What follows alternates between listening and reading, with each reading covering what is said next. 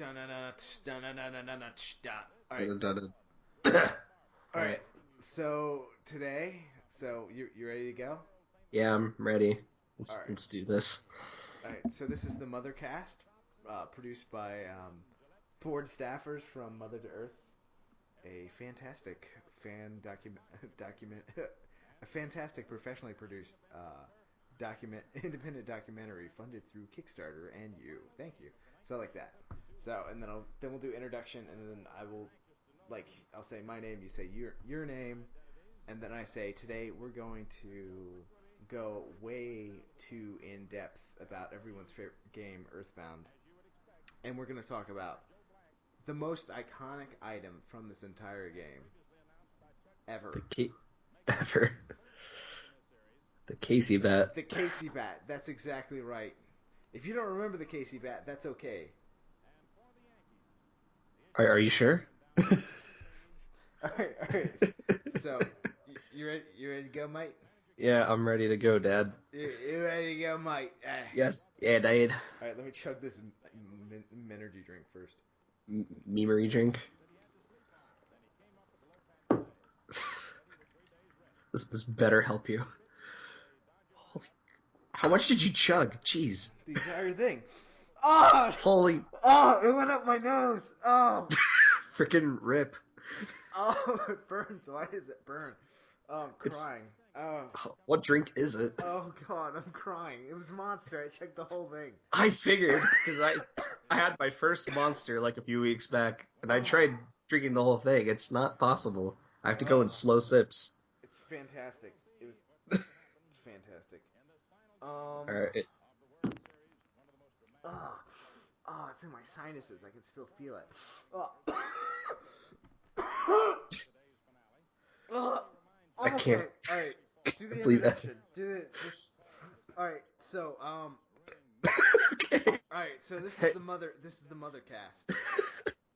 Brought to you today Mother Cast. by board staffers from Mother to Earth, a fantastic professional independent documentary about Earthbound Beginnings, also known as Earthbound Zero, also known as Mother One. There's a whole bunch of names.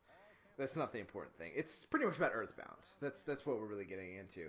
And so what the Mothercast is we get down to the nitty gritty and we go way too deep. It's like when you're swabbing your ears with a Q-tip and you just go too far in. It's just like that. So it's the best. It's the best podcast of all time. We have no idea how often we're gonna make these. Hopefully, we'll get tired of it and just never do another one. Probably halfway through this one. Um, so let me just introduce myself. I am Evan. I am the director slash producer slash I do a lot of the work, a lot of the behind the scenes work. And today I'm joined with. I'm Matt. I'm the intern. I basically made that one shirt design one time, and I kind of tweet once in a while. Yeah, I harangued Matt into this one because I said who's here and Matt said me and I said all right, we're doing a podcast and he said what, and next thing you know I hit the on button. Um so Yep. so today what we're going to go way too deep into is the most iconic item from the entire Earthbound series, the entire Mother series, Mother 1, 2 and 3. This is the when you think of Earthbound, what comes to your mind? Matt, what comes to your mind? Oh man. What comes to my mind What comes to your are mind? baseball bats, baseball, Correct. Yes. America, home of the Yes. free. Uh-huh. And just in time for our wonderful, wonderful election where we choose somebody to lead our country into utter horrible, horrible futures. Um, God bless America. God bless America. So today's episode is dedicated to the Casey Bat. The Casey Bat, if you probably don't remember, because you probably don't remember, it's actually a very, very obscure sort of. It's a very, very obscure item that you probably got if you played through Earthbound Mother 2. Because if you beat that game, you get to a certain boss, Master Barf. It's in Deep Darkness, which is an area in the game, and you defeat this boss, and they drop. It basically forcibly puts this item in your inventory, and that's the Casey Bat. And the great thing about the Casey Bat is that it's the strongest weapon in the game. It's tied with the Gaia Beam for Jeff. So it has an offense up of 125, which is just huge. But the problem, but the problem with the Casey bat is that 3 out of 4 times that you attack with this bat equipped to Ness, you can only equip it to Ness. It will miss. It'll only miss. Um, Yeah. so it has So this. yeah, so basically if like 20%, 25% of the time it's just gonna work. So Yeah, there's lots of power behind it, but most of the time you'll whiff. You just won't get anywhere with this item. So a lot of people just sort of threw it away. And if you did try to sell it, all you would the price that you would get for selling this item would only be 18. No, it's $19 if you try to sell it, which at this point is like that amount of money is completely worthless in this game if you've gotten to Deep Darkness. It's like the second to last area pretty much of the game. So it's just like it shows up. It's like, why is this here? What is this doing? Nobody cares, and it's like a blip, and nobody probably noticed it. The only reason why we noticed it is because we're fanatics and we care way too much about the Mother series. Isn't that right, Matt?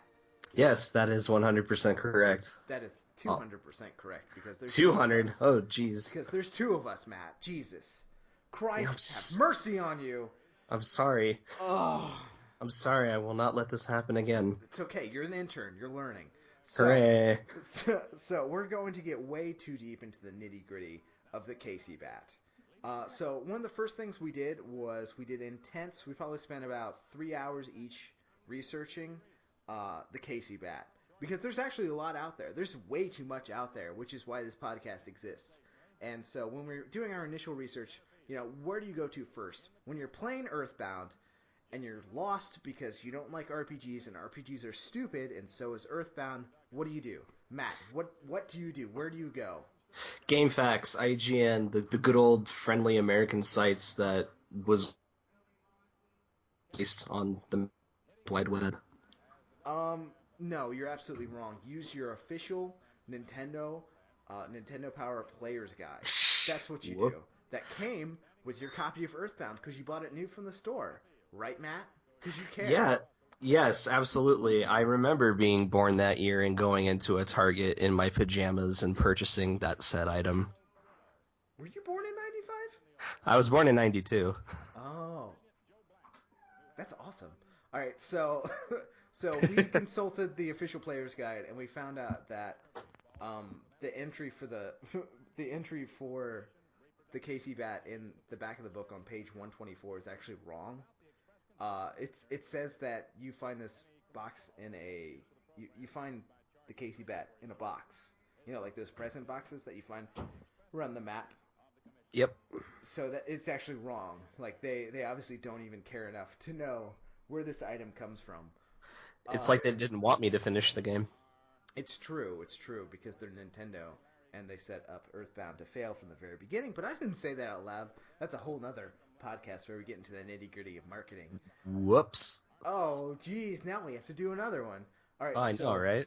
so why, Matt? Why the heck is this called a Casey bat? Why not like a good bat or a miss a lot bat?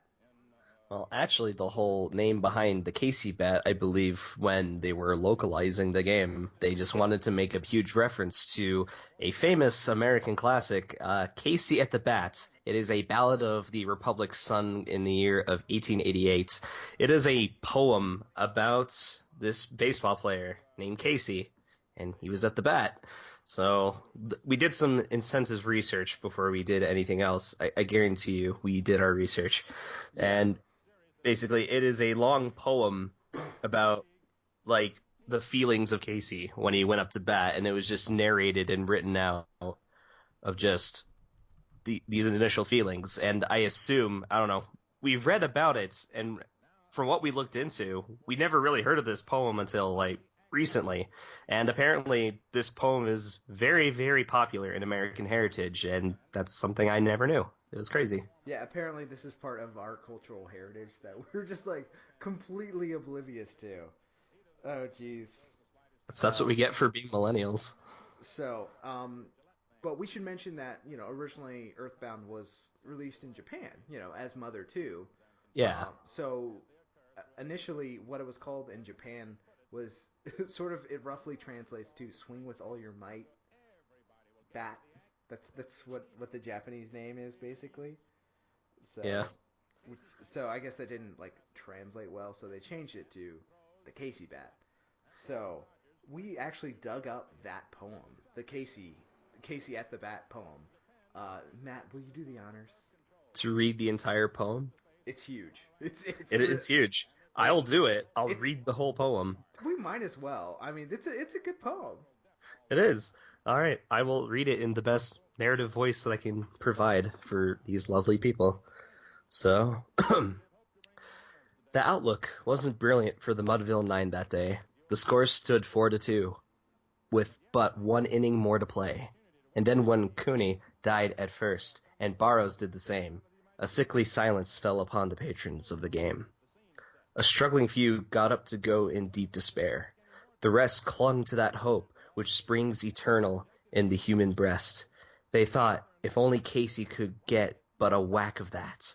They put up even money now with Casey at the bat. But Flynn preceded Casey, as did also Jimmy Blake, and the former was a Lulu, and the latter was a fake. So upon that stricken multitude grim melancholy sat, for there seemed but little chance of Casey's getting to the bat. But Flynn but Flynn let drive a single to the wonderment of all, and Blake, the much despised, tore the cove off the ball. And when the dust had lifted, and the man saw what had occurred, there was Jimmy safe at second, and Flynn a hugged third. Then from 5,000 throats and more there rose a lustily yell. It rumbled through the valley, it rattled in the dell. It knocked upon the mountain and recoiled upon the flat, for Casey, mighty Casey, was advancing to the bat. There was ease in Casey's manner as he stepped onto his place. There was pride in Casey's bearing and a smile on Casey's. And when, responding to the cheers, he lightly doffed his hat, no stranger in the crowd could doubt 'twas Casey at the bat. 10,000 eyes were on him as he rubbed his hands with dirt. 5,000 tongues applauded, and he wiped them on his shirt. Then, while the withering pitcher grounded the ball into his hip, defiance gleamed in Casey's eye, a sneer curled Casey's lip. Now, the leather-covered sphere came hurling through the air, and Casey stood a-watching it in haughty grandeur there. Close by the sturdy batsman, and the ball unheeded sped. That ain't my lifestyle, that ain't my style, said Casey. Strike one, the umpire said. From the benches, black, black? Okay, from the benches, black with people, there went up a muffled roar, like the beating of the storm waves on a stern and distant shore. Kill him! Kill the umpire! Shouted one on the stand, and it's likely they'd have killed him had not Casey raised his hand. With a smile of Christian charity, great Casey's vestige shone. He stilled the rising tumult. He bade the game go on. He signaled the pitcher, and once more the spheroid flew, but Casey still ignored it, and the umpire said, "Strike two." "Fraud!" cried the maddened thousands, and echoed the answer's fraud. But one scornful look from Casey, and the audience was awed. They saw his face grow stern and cold. They saw his muscles strain, and they knew that Casey wouldn't let that ball go by again. Or again. The sneer is gone from Casey's lip. His teeth are clenched in hate. He pounds with cruel violence his bat upon the plate. And now the pitcher holds the ball, and now he lets it go, and now the air is shattered by the force of Casey's blow. Oh, somewhere in this favored land the sun is shining bright. The band is playing somewhere, and somewhere hearts are light. And somewhere men are laughing, and somewhere children shout. But there is no joy in Mudville. Mighty Casey has struck out. Holy crap. I actually like that poem. It is a good poem. That is Reading it. through that, man. So basically, if you tuned out because words, And I'm boring, yeah. basically like this big old guy comes up, Casey, and everyone's like, oh man, he is huge, he's going to destroy everything, and he strikes out. Yep, basically. Yeah. So it's quite funny. So this this poem was originally written by Ernest Thayer, and it was first published in the San Francisco Examiner in June 3rd, 1888, which is a very long time ago, and Yep. it was very very well received. It was so well received that within a month it had already been plagiarized and reprinted as Kelly at the Bat in the New York Sporting Times. Um, so, and then it's pretty funny. Uh, Yeah. and a lot of people say, "Oh, Casey was inspired by a an actual baseball player." There isn't a lot of substantive proof to that, um, as to who exactly was the actual Casey that inspired this poem. But a lot of people think it's the National League player Mike the King Kelly, which is why the plagiarist Kelly at the Bat was so popular, because a lot of people assumed that it was him, because at the time Boston paid Chicago a record at that time in like the 1880s. They paid Chicago $10,000 for him. He had this huge personality that fans either loved or hated, and like he was the king. That was his nickname, the king. And so it's never been 100% confirmed that that Mike the King Kelly was actually the inspiration for Casey at the Bat.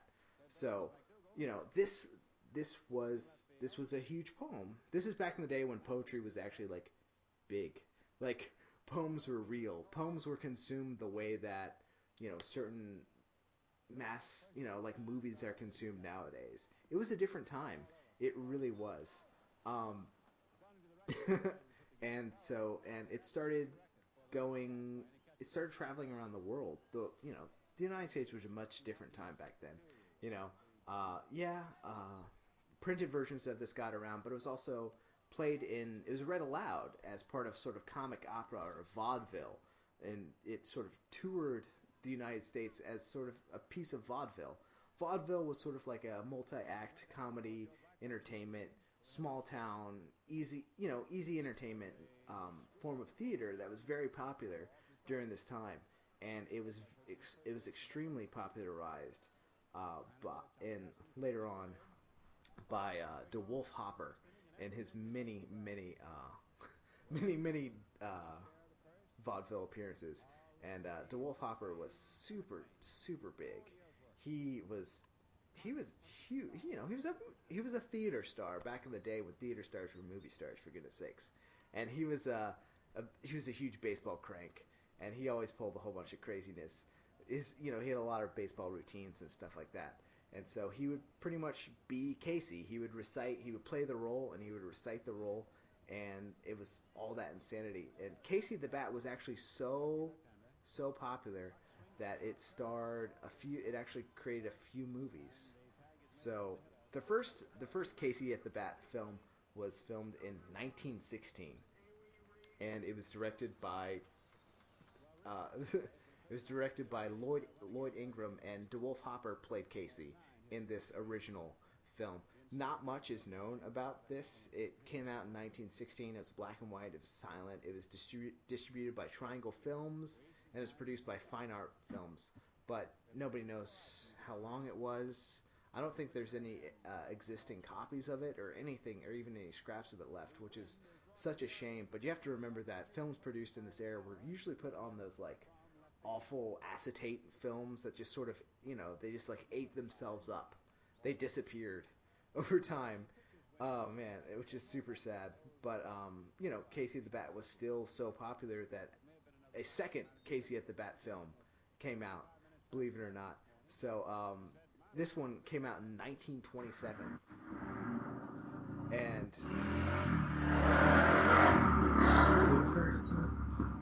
Matt, Are you you're trying to hold it in? You sound like you're about to like lose it. yeah, did a car just drive by? What happened? Yes, a motorcycle drove by. It was a madman. Oh, well, get off the streets, Jesus. I know. All right. So, do you want to talk about the 1927 Casey at the Bat? Oh boy, I would love to.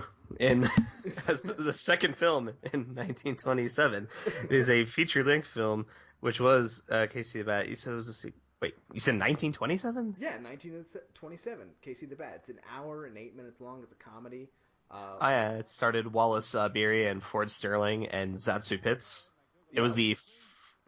Why did they say this was the first adaptation of the film? That's a lie. because we know more than IMDb. That's why. That is true. You heard it. You heard it here, guys. This is some official information that you can get some sweet points on IMDb by editing their article. If you Yeah. care that much. Yeah, we care so much about this topic. We just know more than what the internet can provide. I actually absolutely love Wallace Beery, the guy who played Casey in the 1927 Casey at the Bat. His biography is fascinating. At age 16 in 1902, he ran away from home to join the Ringling Brothers Circus as an elephant trainer, but he left 2 years later after being mauled by a leopard. Man, I love that story. Yeah, and It, then from there he bounced around a little bit, and is I love it. It's just you have to look him up. He's a fantastic actor, and yeah, one of the bigger roles he was Long John Silver in Treasure Island. that's actually quite interesting. And Yeah, so we actually managed to go back and find an old poster that I'll probably throw up in the video of it has Wallace Beery in Casey at the Bat, and he's just like he's this guy and he's got a baseball bat and he's all grinning. He's a big old man, so I think it's fantastic. man. Fantastic stuff right there. And just from all those films and just all those references from what it's built up upon, it became, as what we've read and what we studied, is just it became like American heritage. So basically, it's gotten widely popular. It became really big, and even became as big as to be parodied in many sort of things. Like I think around in the 1980s, it started off as like Penn and Teller. They're a magic comedy duo. They performed a version of Casey the Bat where Teller was basically Casey, but he was struggling to escape a. From what it says here, he was struggling to escape a straitjacket while suspended upside down over a platform of sharp spikes.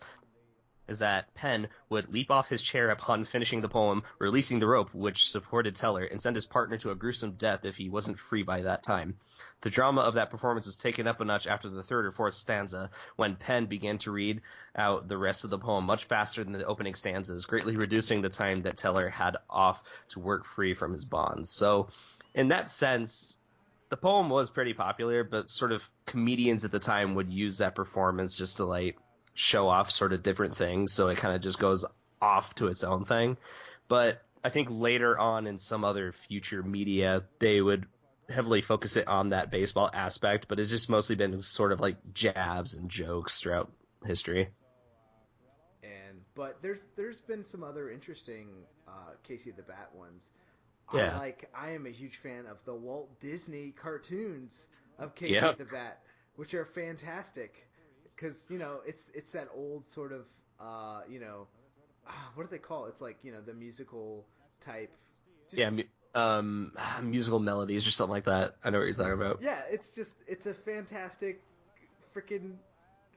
It's a Walt Disney Casey at the Bat cartoon, and it's super cute, and I love it to death. And it has Casey, just this giant pompous jerk who is just he's reading, he's supposed to be at bat here, and he's getting a strike, and he's just sitting there reading reading this giant freaking newspaper that says the Police Gazette, and there's a picture of like a woman wearing a negligee on it, and he's just not paying attention at all, and he just gets struck out hard, and then he's just like utterly furious and mad, and believe it or not, Casey gets a second chance. A In second chance. Yeah, Yes, he he does. does. Yep, in the 1954 version, Casey bats again. Do you know that one? Casey bats again. Let me try to find that note. Dang it. This is Where the is one it? you were telling me about. I know. I told you about it, and I can't believe I've lost it. Ah, crap. Where is it? Shoot. Come on, come on. Shoot. Hold on. It was Casey's. I know what it's called. It's called Casey's Revenge. No, no, it's called Casey bats again. Oh, Casey bats again? Uh What? huh. I read the wrong one. Frick. Yeah, it is. They made a sequel. It was called Casey Bats Again. It was in 1954, in which Casey's 9 daughters redeem his reputation. I love it. It's super cute. Oh, I just love I love these old cartoons. They're Oh, fantastic. good Oh, stuff. you have to if you're listening to this right now and like we have piqued your interest at all. At least watch the cartoons, for goodness Yeah, sakes. absolutely. So and like not only did it appear in these cartoons, but there was a theater play. There's an entire opera composed by William Schumann, who he's a great American. Uh, you know, he's not actually that great, but he did compose a few interesting symphonies. But there's an entire opera behind Casey at the Bat. There's a lot of music. It's crazy. It's absolutely crazy. Do you want to talk about a few more of the interesting references where Casey at the Bat shows up, Matt? Oh man, there are many references. I think most notably of just aside from operas and many other things. One of the more famous things, Mad Magazine, they republished like the original version of the poem back in like 1950s, and they had artwork by Jack Davis, who was well known for doing a lot of art for Mad Magazine at the time. And basically, the whole idea of it is they would make parodies of that, which would be like Cool Casey at the Bat, which was like an interpretation poem in a Beatnik style, and some other stuff like weird titles like Casey at the Dice, Casey at the Talks, and all of them had like a weird theme. To have it more relevant, I think the more humorous ones that Mad made were Howard at the Mic. It's about Howard Stern, and No, Casey. no, no. And Casey at the Bites in 1985. It's a tale of a cocky young computer expert who accidentally erases the White House budget plan. No, There's no. Clooney at the Bat is a mockery of George Clooney's role as Batman in Batman and Robin. I love it. I love it. That's fantastic. Then there's Barry at the Bat, It just which keeps. is about Barry early involvement with the Balco scandal.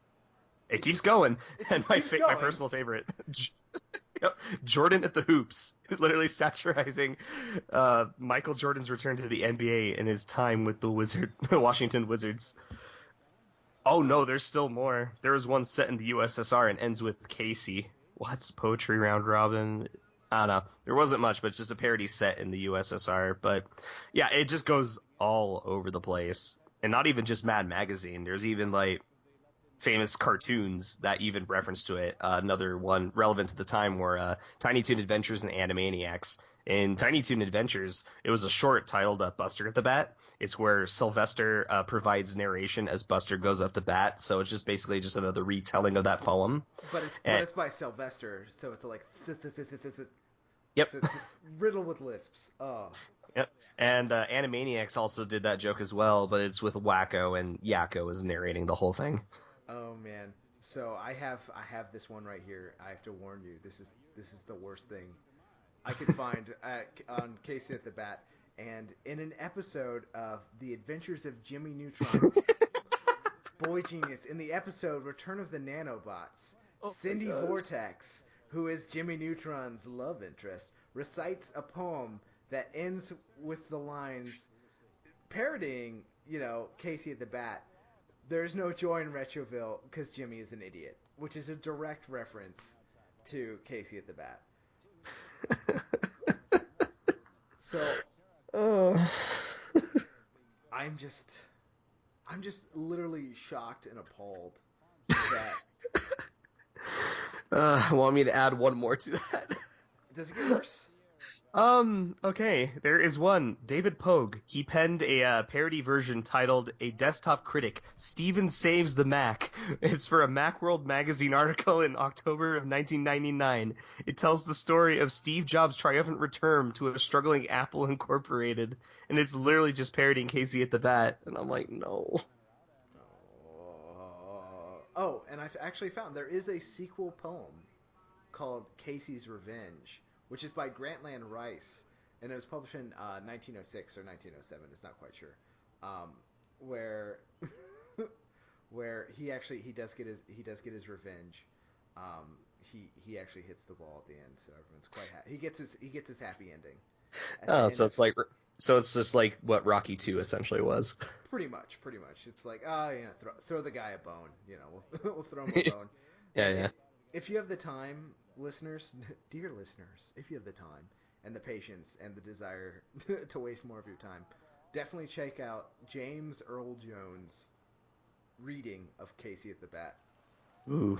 It is if like it just James Earl Jones voice, just reading Oh, this that would poem. be beautiful. Oh my It's goodness. fantastic. I really wish that he had recited it in Field of Dreams, but he didn't.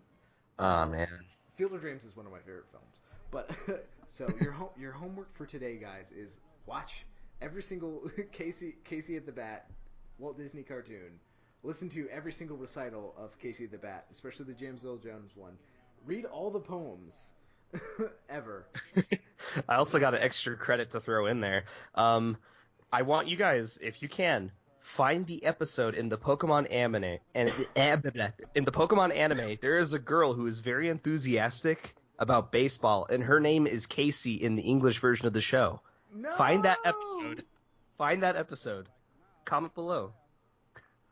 No, it gets better. So I love this. I love this. And no, this is getting to ridiculous standards. In Yep. in July 11th, 1996, the United States Post Office issued a commemorative stamp collection that included great American folk heroes such as Paul Bunyan, John Mm. Henry, Pecos Bill, and the fourth person, who's actually the very first person on the set, is Mighty Casey. Oh my gosh, no. He's apparently such a folk hero. Like when you think of American folk heroes, who do you think of?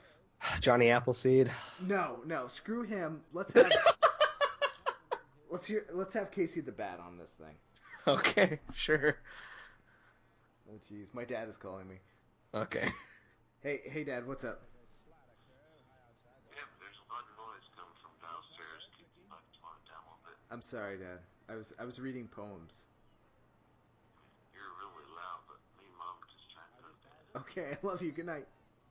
Okay, thanks. Love you too. uh, Good uh. job. Good job. Sorry, That's Dad. that's staying on. Oh That's jeez. that's that's staying in here. Yeah, we're We're not gonna cut it out. not we're not cutting that out. That's staying. All right, so Matt, Yes. I believe there was some other Casey reference that you were telling me about earlier. Something in Florida, maybe? Florida? Yeah, I Hmm. want to say it's a restaurant. Oh, I think I know what you may be talking about. Wait, a restaurant. Hmm. Yeah,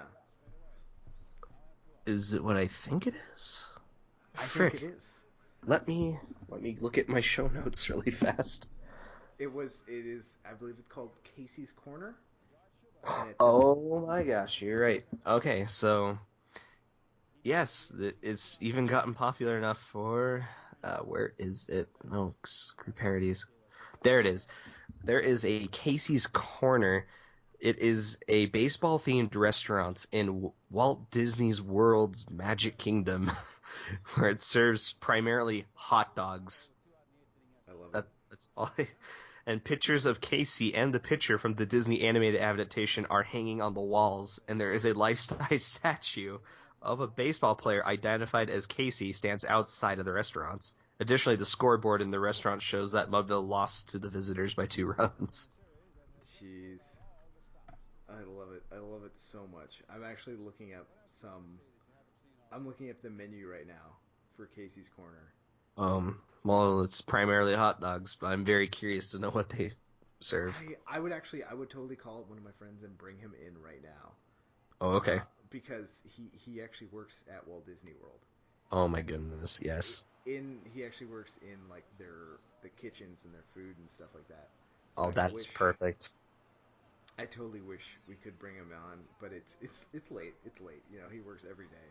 So Um, I so if you do go to Casey's Corner, make sure to get your chili cheese hot dog, which is it's topped with chili and cheddar, served with apple slices or French fries, and it'll only cost you a cool $10.79 yep. for a for a hot dog. Jeez. Disney with their fantastic prices. Yeah. So it's pretty amazing. When we first started out on the Mothercast, I didn't expect to go this deep, but we have gone way too deep. We have. It was a beautiful, deep discussion about our favorite American folklore hero that was referenced in a Super Nintendo game back in '95. Yeah. Goodness.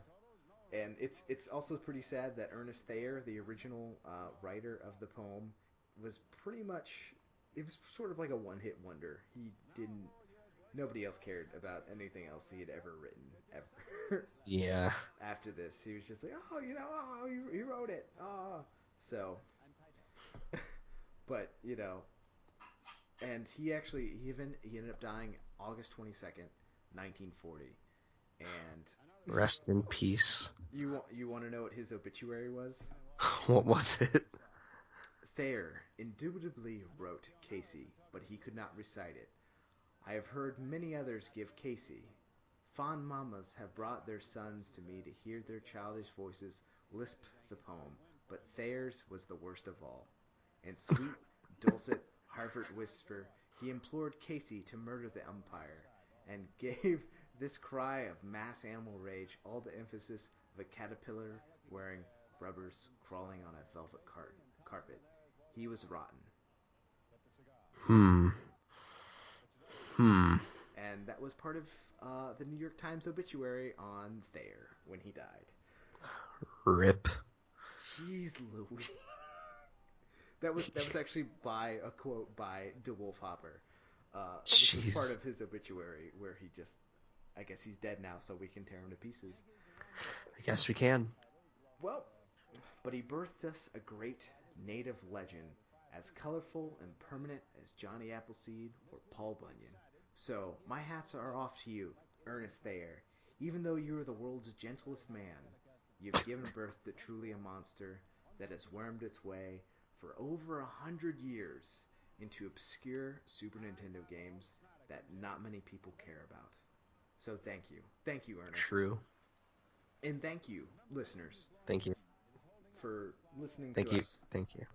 rant and rave about a super obscure item that you probably got in that one game but never used. So that's it for the Mothercast for tonight. Any last words, trusty intern? Thank you for your stay. You can stay as long as you like, but not too long, because this video will eventually end. But hey, come by next time if we do it again, because we may talk about more obscure things, because that's what we're good at doing. And that and Wikipedia articles. Well, Oh thank boy. thank you, listeners, and hopefully you'll join us next week, or next month, or whenever we produce the next episode. And I hope you enjoyed the Mothercast. Make sure to follow us on Twitter at Mother2EarthMV for following how our documentary's going and maybe some more awful podcasts. We'll see. Love you guys. Kisses. Mwah. Mwah.